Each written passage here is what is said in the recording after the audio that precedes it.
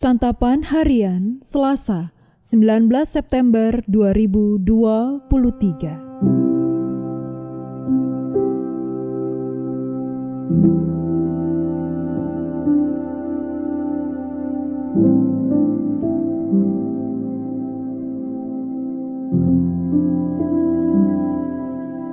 Inilah program Santapan Harian, sebuah program yang mengajak Anda menelusuri isi Alkitab, agar Anda menemukan makna firman Tuhan sesuai dengan konteksnya.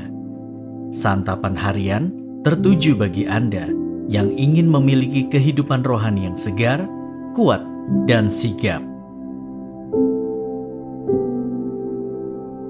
Hari ini kita akan membaca Yehezkiel pasal yang ke-20, ayat yang pertama hingga ayatnya yang ke-29.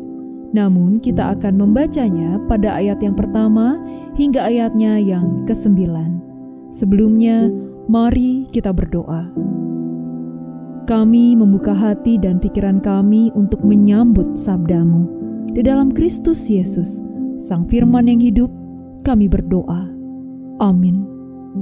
Yehezkiel 20 ayat 1-9.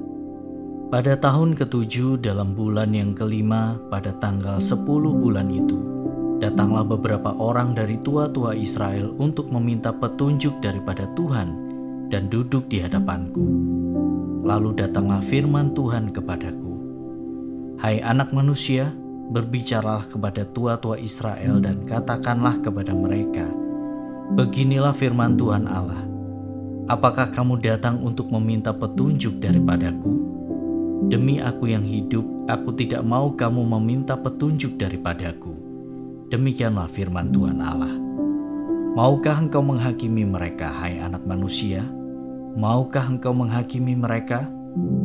Beritahukanlah kepada mereka perbuatan-perbuatan yang keji dari nenek moyang mereka. Dan katakanlah kepadanya, beginilah firman Tuhan Allah. Pada hari aku memilih Israel, aku bersumpah kepada keturunan kaum Yakub dan menyatakan diri kepada mereka di tanah Mesir. Aku bersumpah kepada mereka, akulah Tuhan Allahmu. Pada hari itu aku bersumpah kepada mereka untuk membawa mereka dari tanah Mesir ke tanah yang kupilih baginya, negeri yang berlimpah-limpah susu dan madunya, tanah yang permai di antara semua negeri. Dan aku berkata kepada mereka, biarlah setiap orang membuangkan dewa-dewanya yang menjijikkan, kemana ia selalu melihat, dan janganlah menajiskan dirimu dengan berhala-berhala Mesir. Akulah Tuhan Allahmu. Tetapi mereka memberontak terhadap aku dan tidak mau mendengar kepadaku. Setiap orang tidak membuangkan dewa-dewanya yang menjijikkan, kemana ia selalu melihat, dan tidak meninggalkan berhala-berhala Mesir. Maka aku bermaksud hendak mencurahkan amarahku ke atas mereka untuk melampiaskan murkaku kepadanya di tengah-tengah tanah Mesir. Tetapi aku bertindak oleh karena namaku, supaya itu jangan dinajiskan di hadapan bangsa-bangsa di mana mereka berada.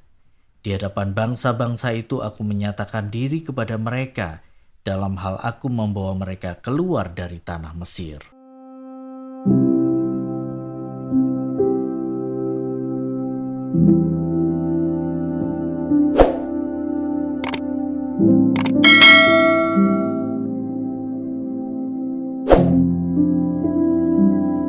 Sahabat Santapan Harian, apakah Allah adalah milik generasi baby boomers dan X saja? Ataukah juga milik generasi Y, Z, dan generasi lain yang akan datang? Firman Tuhan kepada Yehezkiel menyatakan bahwa Dia adalah Allah dari semua generasi. Tuhan bersumpah kepada keturunan Yakub di Mesir. Tuhan menuntun, memelihara, dan bersumpah kepada mereka di padang gurun. Tuhan berbicara kepada anak-anak mereka di padang gurun. Tuhan melihat dan menegur keturunan mereka setelah masuk ke tanah perjanjian. Tuhan pun masih berfirman kepada Yehezkiel pada masa Israel berada dalam pembuangan di Babel. Semua hal yang dibeberkan oleh Tuhan itu menunjukkan bahwa Dia adalah Allah dari semua generasi. Kuasanya dari kekal sampai kekal, tidak terbatas oleh waktu. Allah bukan hanya Tuhan bagi orang tua saja, tetapi juga Tuhan bagi anak-anak. Karena itu, penting sekali mengenalkan Allah kepada anak-anak sedini mungkin. Penting juga membuat gereja sebagai komunitas dan tempat yang ramah bagi mereka.